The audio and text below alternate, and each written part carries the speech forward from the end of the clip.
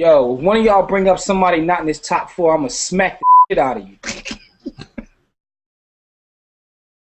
What's up, War Room Nation? Welcome to Inside the War Room, brought to you by War Room Sports. Listen, this is your host, Jimmy. We have a special episode today. This is our Versus Edition, and you'll see what I'm talking about in a second. But before we start, I got my brother Dev in the room. What's good, Dev? What up, good people? Yes, sir. I got B. Austin. What's good, homie? Salam alaikum. Through the lights, cameras, and action, glamour, glitters, and gold, we unfold the scroll. Plan sees the stampede the globe. Yeah, we deceased by the end of the... Anyway, listen, this is Versus Edition. Usually in Versus, and this is something we've been doing for a couple years now on our, award-winning podcast, as well as our Facebook page, Stop stealing. Yo, calm down, B. Look, what we do is we take athletes, actors, movies, rap albums, R&B. We'll talk about anything and compare it to. We'll talk about cartoons. Your mom and women. your aunt. Yeah, your mom, your aunt. We may compare anything, but your oldest sister. Versus is something that we're bringing to the channel now. And, to start it off, this is what we're going to do. We're going to take 4 NBA centers from the 90s era, the era we grew up watching basketball, and we're going to rank them from 1 to 4. So usually we'll take 2 things and compare who's better, who's the worst. Now we're going to do a ranking of 1 to 4. And those centers are Patrick Ewing, Hakeem Olajuwon, Shaquille O'Neal, and David Robinson. So if we didn't say your favorite center, then, he didn't make the cut for the top 4, the final 4, so to speak. Yeah, so we don't got no Rick Smiths, no Dikembe. Don't even mention them dudes, man. Before I ask you, gentlemen, let me read off some stats, right? So the first center I'm going to read off. No, Alonzo didn't make the cut of the top 4, B. Alonzo was nice and all, but not the top 4, B. All right, let me give you some of Patrick Ewing's accomplishments. 11-time NBA All-Star, All-NBA First Team, 1 time, which was 1990. 6-time All-NBA Second Team, 3-time NBA All-Defensive Second Team, NBA Rookie of the Year, NBA All-Rookie First Team.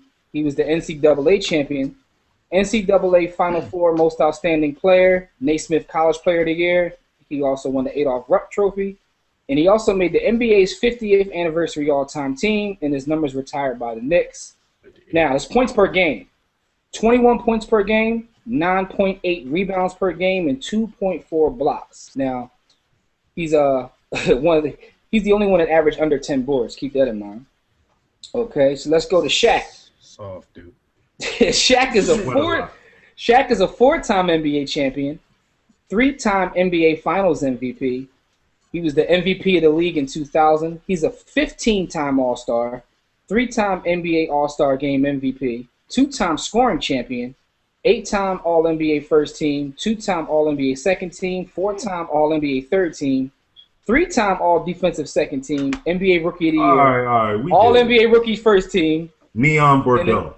And his numbers also retired by the Lakers. Now, his statistics, 23.7 points per game, 10.9 rebounds per game, and 2.3 blocks per game. Now, David Robinson, 2-time NBA champion. He's also won an MVP in 95. He's also won a Defensive Player of the Year in 92. 10-time All-Star, 4-time NBA First Team, 2-time All-NBA Second Team, 4-time NBA Third Team, 4-time NBA Defensive First Team, as well as 4-time Defensive Second Team, NBA Scoring Champion, so he also won a scoring championship, NBA Rookie of the Year, NBA All-Rookie First Team. And I don't know if you really want to count this, but it's listed on his accomplishments, Sportsmanship Award. So I don't know if that'll factor into you guys' rankings, but he won the Sportsmanship Award. Soft, dude. Yeah. His numbers retired by the Spurs as well. Now, his statistics are 21.1 points per game, 10.6 rebounds per game, underachiever, 3 blocks per game. Damn, David Robinson? All right, the last one, Hakeem the Dream. 2-time champion, 2-time Finals MVP. He's also won an MVP in 94.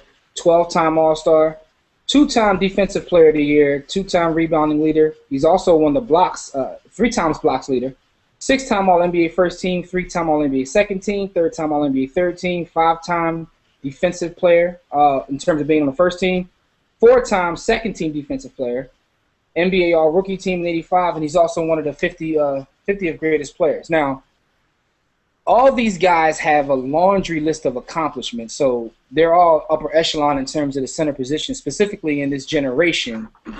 So we're not saying anyone is, a bum. So don't, if we rank them and they fall in the 4th place, that's not really a diss. And I know some people will say, well, how do you have them 4th? It's not really a diss. We're saying these are the top 4, of their time.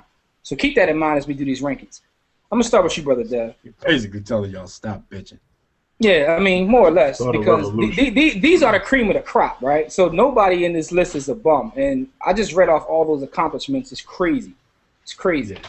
All of them will be in the Hall of Fame, of course. So that being said, Dev, let me hear how you rank these guys. Start with 4 and work your way up to 1.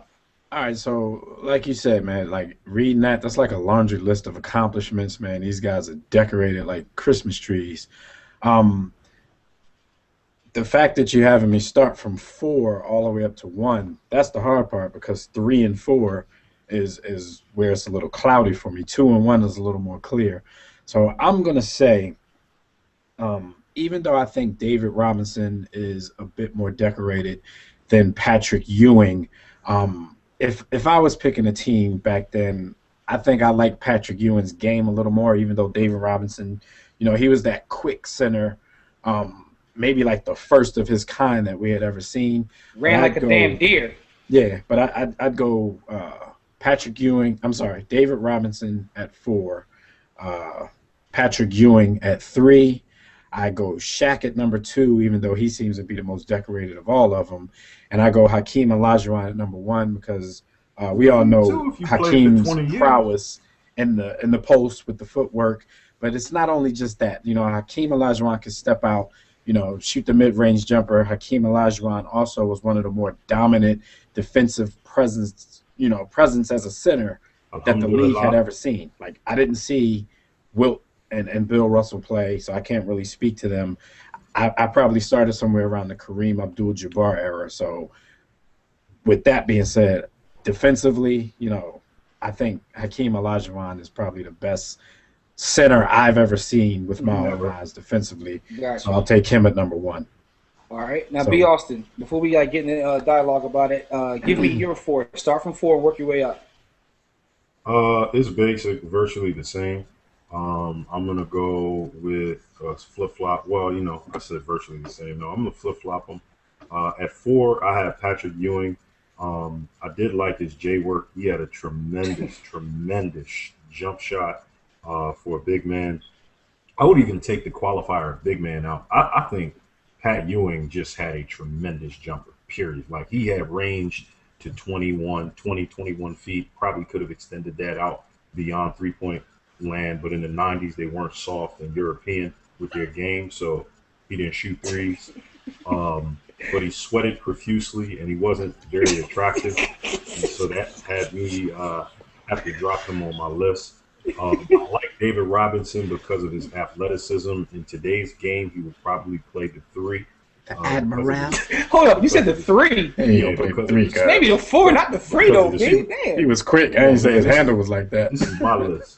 My fault. Go ahead, brother. You got it. Go ahead. Because of his skill set, and they like to feature muscular dudes to bring in the female viewers. Come on, man, stop demeaning my list with y'all laughter. I didn't like his haircut. I'm just being honest. I didn't like his haircut, and I thought that he was a little bit soft. He had all of the tools to be an absolute great, as opposed to just a great. But because of the softness and the haircut and the height of the shorts and just him being a general all-around nice guy, I don't think he had that step on your neck.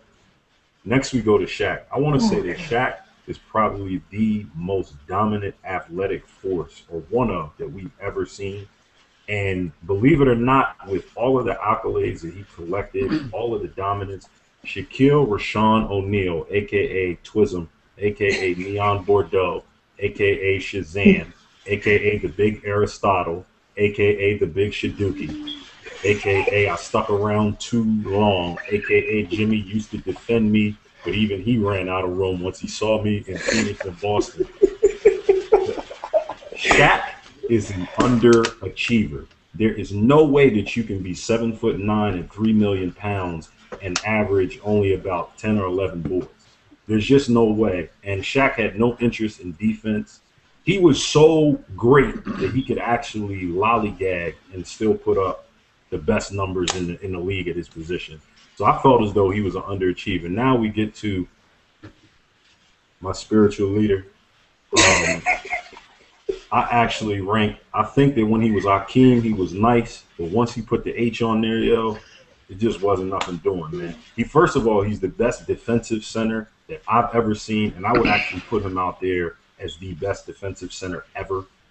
He was undersized, and we still could say that. My man averaged 2 steals one year, and he's another dude. Like, honestly, I ain't even being funny when I say this, but Hakeem could have played the 2, the 3, the 4. Come on, man. You drawing. Yo, man, did you see my man's footwork, man? He had footwork. He had the footwork of a guard, dog. Like he keeps forgetting that dribbling is a thing. Yeah, I know the 2 though. Dribbling is overrated. Listen, Vince Carter and Jason Richardson made their entire career without being able to dribble. So I'll close out by saying that Hakeem is my number one. He is, perhaps behind Wilt and Kareem, he's the best center ever to me. Like, he's number 3 on my list all time. Gotcha. Shout out to Moses. We love you, fo. But yeah, Hakeem is just that dude. I got you. So basically, your list is the same as Dev. You just flip flop Ewing and David Robinson. He was ugly and he sweated too much. Yo, which I find funny because you said nothing positive about David Robinson, yet you put him higher on your list. Everything. Yeah, Dave was better. Dave was better than Pat, man. And Pat tried, man. Pat was an effort guy at a certain level. Dave just had it naturally. Pat was an effort guy. Dave was just better. Here's the thing I think about because my bad. My bad. I gotta give Shaq number 2 because he did a song with Big. Shaq actually worked with Big, Nas, Pac, and Jay. That alone puts him at number 2. Yo, there's not too many MCs that work with all 4 of them. That alone, that has him in contention for number 1. But I'll keep him at number 2, man. His catalog in terms of who he worked with, not his skill on the mic, but who he worked with. Come on. Oh, man. You can't stand the rain was number. We don't get into that's a whole nother video. But listen though, since we're gonna do the worst athletes as rappers. But anyway, when looking at this list, I'm sort of like Dev. When it comes to 3 or 4, it's cloudy for me because I often wonder if David Robinson played in New York, will we look at him different? What I mean by that is Patrick Ewing got a lot of TV time. He got a lot of pub, but looking at their numbers. Jimmy, can I interject this? Don't allow. Yeah, man, you always do. Don't allow my feelings about his haircut to cloud your judgment. No, I mean, his haircut was atrocious, man. And the one thing I disliked is when he tried to win that scoring championship and he forced himself to get 70-some-odd points to win it. 72 to be exact. Yeah, that was kind of whack. I think it's whack, but it's still hot that he was able to score 70. Yeah, I know. How weak was your competition? Like, yo, how much I need? All right, give me the No, they tried to let him. I think they let him. You think so? They let him. Yeah, they let him. That's a lot of points, man. That's a lot of damn points, man. But anyway, in my lifetime, that was like the outside of Kobe putting up 81. That's the highest amount I've seen. Kobe put 81 up, and they said that ain't impressive. He did it on the Grizzlies. But listen though, Raptors. Yeah, them too. Yeah, what the hell are you talking about, B? Let them all finish. Yo, you know it was the Raptors, man. Jalen got like 60 of them points. But anyway, so it's still cloudy down there at 3 and 4. But if I had to pick, though, I probably would put, David Robinson at 4, Ewing at 3, Shaq at 2, and Hakeem at 1. You guys said most of the points, but to me, what separates Hakeem from the rest of the group was on the defensive side. I mean, that's just it. David Robinson played defense well. He plays a good defender as well. Got a lot of blocks. But the dream was still his steals are crazy. He's one of the top all-time leaders in steals, and he plays center. And his footwork, his athleticism. I mean, they said he grew up playing soccer, so that helps with it. But yeah, in terms of my lifetime, like Dev said, he's probably the second best center. I mean, I got Kareem, and then Kenny, I must establish the post. Here's something to be said about David Robinson, though. He is the only player on this list that stayed with one team because Shaq went chip chasing. Hakeem played for the Raptors. Yo, people don't remember Patrick Ewing played for like the Sonics and like the Magic. At the end of Pat's career, he was getting around. So and Shaq, his list is just long. Shaq was on the Cavs, the Suns, the Celtics. You know what I mean? give Shaq his love and respect, like, because he was so great. Because I want to knock him bad for that. I want to knock him for chip chasing, but I can't say that he's not better than the other two dudes. You know what, though? Here's something I think about in terms of this list. Like we said, they're all great. But when you think about them in their prime, even though Hakeem is probably the better player, Shaq may have had a better prime than all of these guys. Because that run Shaq went on for those 3 years. He was 4 million pounds and 8 foot one. I mean, you keep using it. He was scarier during his prime than a lot of these cats. Yeah. But a lot of people just try to, they just try to knock Shaq and say, all he had was the power. But Shaq, he was skilled. Footwork wasn't. It was not. You know what I'm saying? Like, Shaq. We've never seen a human being that size with footwork like that. And one thing I can say about Olajuwon as well, because we all watch these guys play. Out of these four, or out of the other three outside of Shaq, he's the only one that wasn't scared of Shaq. Because when Shaq came in the league, Ewing was shook. David Robinson was shook. You remember the All-Star game when he was just punching on both of them? I don't know what the final numbers in that matchup were, but there was a point in Shaq's career where he was averaging 41 points against Patrick Ewing. Yeah, he definitely was. And the thing is, Ewing looked like Michael Spinks when they would play. When he played for the Magic, before he even got to the Lakers, when he played for the Magic and Shaq came out, Ewing used to look like Michael Spinks when he fought Tyson, He couldn't even look him in the eye. He was scared to death. And he took David Robinson hard for 1.2. And for all those people out there who want to diss Shaq and talk about, Tim Duncan, Shaq owned Tim Duncan. Look at the numbers. He owned Duncan. He owned him. And if you even break the numbers down even further, when Duncan was on Shaq, Shaq owned him. Now, B. Austin's going to point to his size and athleticism, but, it is what it is. Shaq had the best drop step of any big man I've ever seen. Ever. Because it was too much. Was a problem. It was too much coming back up with that drop step. I just can't put him over. Ask Dikembe. Yeah, pretty much. Oh, my God. He abused Dikembe in the finals, Dikembe left the finals looking like a battered boxer, He looked like Martin after he fought Tommy Hearns. The get hit man. So with all that being said, man, we all got the dream at 1 and Shaq at 2. I know there are going to be a lot of people who watch this video who will put Shaq at 1, but give us your reason. Don't just give us a list when you give it. Tell us why, because we want to know what you're really thinking. And then in terms of the Knicks fans, we know they're going to represent, and everybody's going to say Ewing, so we'll get tweets saying Patrick Ewing, because Knicks fans just love Patrick Ewing. Patrick Ewing really wasn't the best center from Georgetown. That's a whole nother video. I don't know about that, though. I don't know who you putting above him, though. I got him as the best. Who you going to say, Lonzo or Roy Hibbert? Lonzo. No, I ain't going to diss him. I ain't going to straight diss him. It ain't Roy Hibbert. You got Lonzo? Lonzo had the hustle factor. He didn't have skills like that. Yeah, you talk about somebody making up with effort. That's Alonzo, Yeah, he had the hustle factor. Alonzo would never have allowed Shaq. Alonzo didn't let Shaq do that to him in practice. Yeah. He could punch Shaq in his life. Yeah, you see who Alonzo went to play with to get his chip, though. That's a whole nother story, man. That's a whole nother story. So anyway, with that being said, that's how we have it. We all have Olajuwon at 1, Shaq at 2.